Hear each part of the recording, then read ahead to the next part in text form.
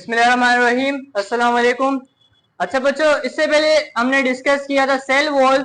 वो प्लांट्स में पाई जाती है, बैक्टीरिया में पाई जाती है, एल्जाई में और फंजाई में पाई जाती है। इसके अलावा इस दुनिया में जितने भी जानदार हैं उनका जो सेल होता है उसके पास ये वाली बाउंड्री होती है जिसे हम कहते हैं सेल मेम्ब्रेन। सेल वॉल कुछ सेल में पाई जाती है और कुछ सेल में नहीं पाई जाती। सेल मेम्ब्रेन जो है ऐसी बाउंड्री है जो हर सेल में पाई जाती है। बैक्टीरिया के पास भी होती है, एनिमल्स के पास भी होती है, प्लांट्स के पास भी, फंजाई एल्जाई सबके पास ही होती है। अच्छा, ये क्या होती है पहले इसकी डेफिनेशन देख लेते हैं। It is outermost living boundary of all cell. जितने भी सेल हैं उनके बाहर एक बाउंड्री होती है, लेकिन यहां पर एक चीज क्या लिखी हुई है, लिविंग।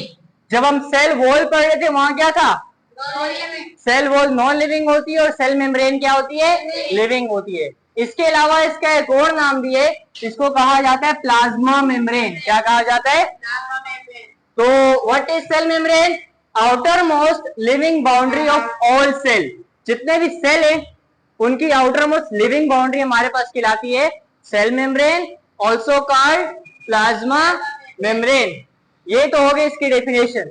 इसके अलावा क्या देखना होता है, स्ट्रक्चर और फंक्शन। अच्छा, स्ट्रक्चर के लिए ना हमारे पास एक मॉडल पेश किया गया था। मॉडल क्या होता है कि अब दो साइंटिस्ट थे, यहां देखो दो साइंटिस्ट थे, एक का नाम था सिंगर और दूसरे का नाम था निकल्सन। इन दोनों ने मिलकर प्लाज्मा मेम्ब्रेन के ऊपर रिसर्च की और उसका एक मॉडल पेश किया। मॉडल में इन्होंने हमें ये बताने की कोशिश की कि सेल मेम्ब्रेन दिखने में कैसी होती है, ये अंदर से कैसी होती है। तो मतलब इन्होंने इसका क्या बताया, हमें स्ट्रक्चर बताया। इनके मॉडल को क्या कहते हैं, फ्लूइड मोज़ेक मॉडल। ये पेश किया था 1972 में सिंगर एंड निकल्सन ने। इन्होंने दो बातें की थी इंपॉर्टेंट, यहां देखो। ये पहले इनकी बातें देख लो, बाद में थोड़ा अच्छे से समझाता हूँ। इन्होंने कहा था प्लाज्मा मेम्ब्रेन में जो फॉस्फोलिपिड होती है वो वर्क करती है एज अ मैट्रिक्स, और इसमें जो ग्लाइकोप्रोटीन होती है वो उसमें फ्लोट कर रहा होता है, वो उस पर तैर रहा होता है।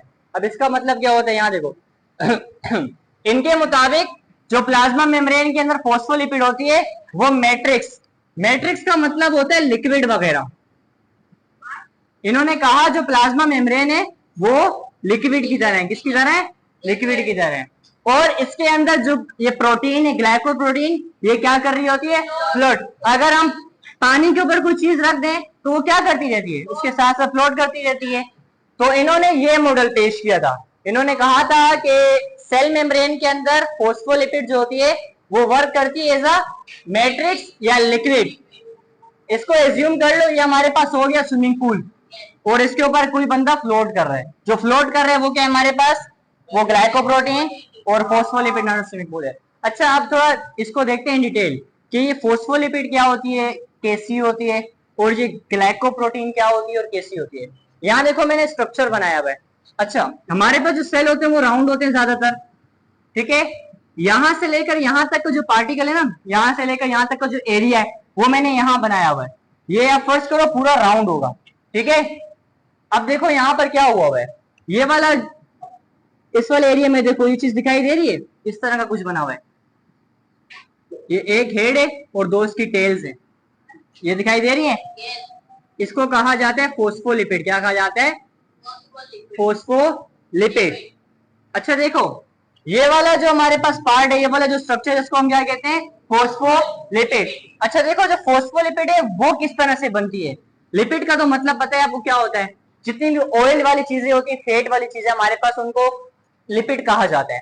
लिपिड के साथ जब मिल जाता है फॉस्फेट, क्या मिल जाता है, तो वो क्या बन जाते हैं, फॉस्फोलिपिड। ये देखो, ये एक लाइन आ गई और ये एक और कितनी हो गई, दो लाइनें। तो यहाँ पे जो फॉस्फोलिपिड है इसकी बाय लेयर होती है। कितनी लेयर होती है, ये जो वर्ड है ना बाय, इस बाय का मतलब होता है दो। तो हमारे पास फॉस्फोलिपिड की कितनी लेयर्स होती हैं, दो लेयर्स होती हैं, एक एरी और दूसरी एरी। हेड जो होते हैं ना, हेड, इसको हेड कहा जाता है। ये देखो आउटसाइड पर है, इनको कहा जाता है टेल्स, और ये इनसाइड पर है। तो ये समझ में आया कि फॉस्फोलिपिड क्या होती है। इन्होंने जो ये नाम लिया हुआ है फॉस्फोलिपिड, जो मैट्रिक्स के तौर पर काम कर रही होती है। तो यहाँ पर जो फॉस्फोलिपिड है ये बाय लेयरिंग होती है, मतलब 2 लेयर्स होती हैं, एक लेयर ये, एक लेयर ये पूरी राउंड होती है ना, मैंने हाफ सा बनाया हुआ है, ये हो गया। इसके अलावा हमारे पास जो हमारे पास जो सेल मेम्ब्रेन है, इसमें प्रोटीन्स होती हैं, क्या होती हैं? ये प्रोटीन 2 टाइप्स की होती है, यहां देखो गौर से, एक होती है इंट्रिंसिक, एक होती है इंट्रिंसिक, और दूसरी होती है एक्सट्रिंसिक। ये जो वर्ड इन का मतलब क्या होता है? अंदर।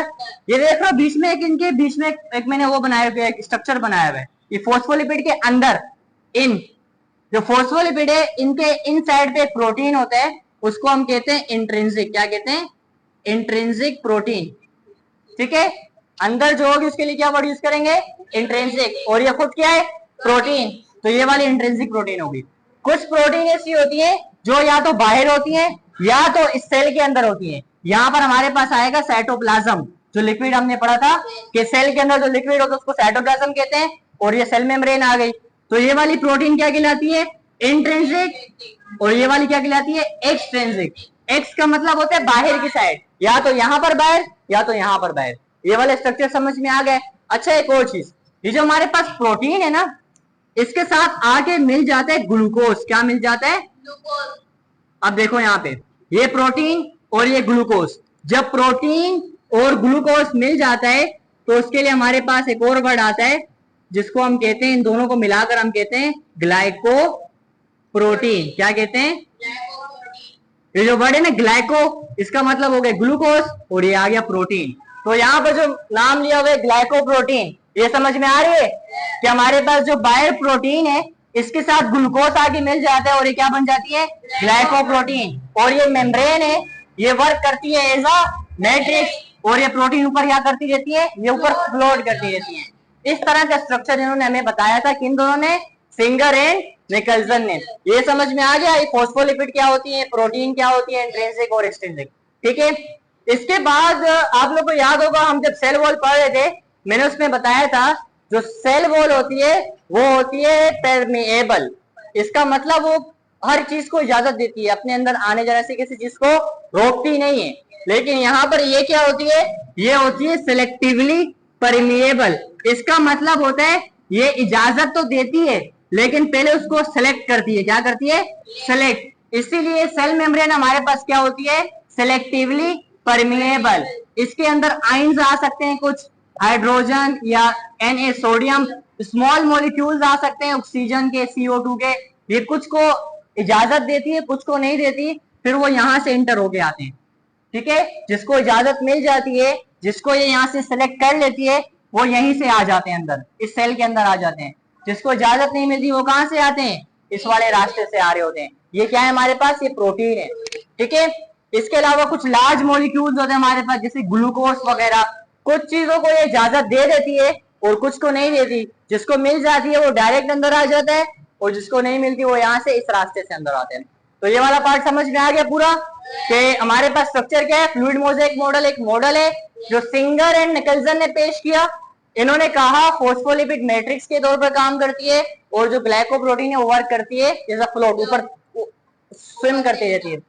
इसके अलावा ये सिलेक्टिवली परमिएबल होती है, पहले इस चीज को सेलेक्ट करती है फिर उसको इजाजत देती है अंदर आने की। इसके अलावा हम क्या देखेंगे? इसका फंक्शन। अच्छा, ये क्या करती है? It separates intracellular material from extra cellular. इनका मतलब क्या होता है? अंदर जो सेल है उसके अंदर वाले मटेरियल को हम कहेंगे इंट्रासेलुलर, और ये पूरा सेल से बाहर वाले मटेरियल को हम क्या कहेंगे?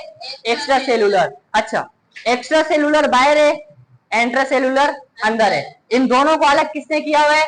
सेल मेम्ब्रेन ने। तो उसने दोनों को क्या किया हुआ है? सेपरेट किया हुआ है।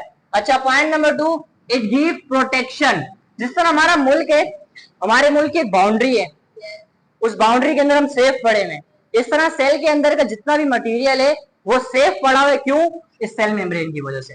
तो ये क्या प्रोवाइड करती है? प्रोटेक्शन। इसके अलावा ये हेल्प करती है ट्रांसपोर्टेशन में। अब जिस तरह मैंने बताया ये मॉलिक्यूल्स अंदर आते हैं, कुछ मॉलिक्यूल्स बाहर जाते हैं, तो एक चीज को दूसरी जगह पर लेके जाना ये कहलाती है ट्रांसपोर्टेशन। और इसमें हमारे जो सेल मेम्ब्रेन है ये इसमें वर्क परफॉर्म करती है। तो हमने आज क्या पढ़ा? Cell membrane.